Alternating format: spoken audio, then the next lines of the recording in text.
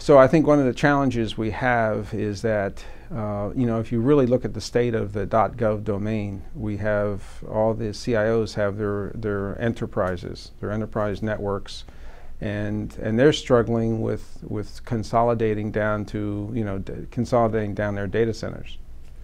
And the federal CIO has an initiative to go to cloud, which is where we need to go, because there's many advantages of going to the cloud.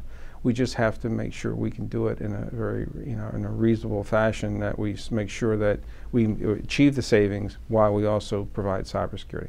So I think that's going to be the challenge of how do we do that, and how do we help all the CIOs transition to that cloud so that they can achieve the savings that they need and improve the services they can provide their customers, at the same time, making sure that the data is secure.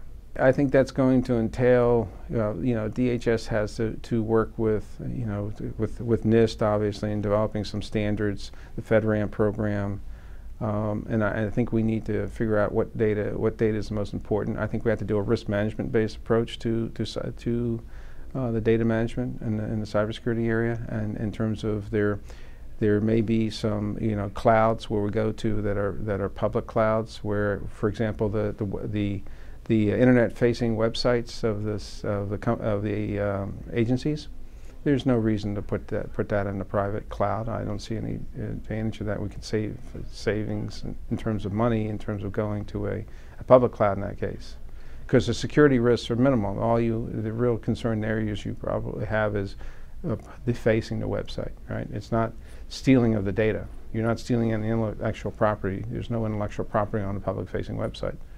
Now, on the other hand, you don't want them, stealing the trade secrets from, that you would have, or stealing intellectual property. So you have to do a risk-based management of your data, and then based on that, you decide for which types of data how you manage that in the cloud.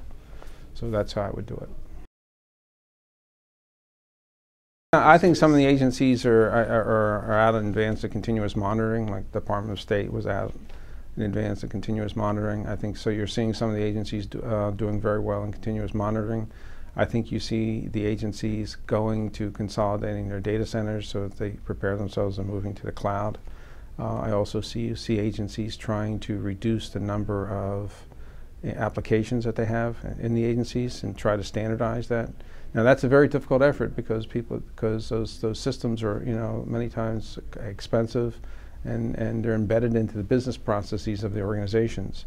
So one of the challenges that the CIOs have is that if they go to more standardized applications, is they're going to face the issue of they may have to tweak the business processes of particular organizations, because the information systems reflect the business processes of the organizations. But we need to go to more standardized systems, and I think like the DHS has initiatives to reduce the number of systems and to consolidate their systems, and they're also consolidating data centers. So I think you'll see. Some of the agencies are doing very, very well. The Federal Reserve, I actually was at the Federal Reserve System for 18 months, and they're very good at cybersecurity practices. The whole financial institutions are in general very, very good. Now I'm speaking for the large banks. Now you got the small, banks are not so secure, right? Because they just don't have the investment dollars, and they don't have the experience, and they don't have the talent. But I think so in general, the financial sector is very, very good, both on the government side and the industry side. And I think, for example, state is very leading edge. I think NASA is very leading edge. So there's some really good examples of leading edge agencies.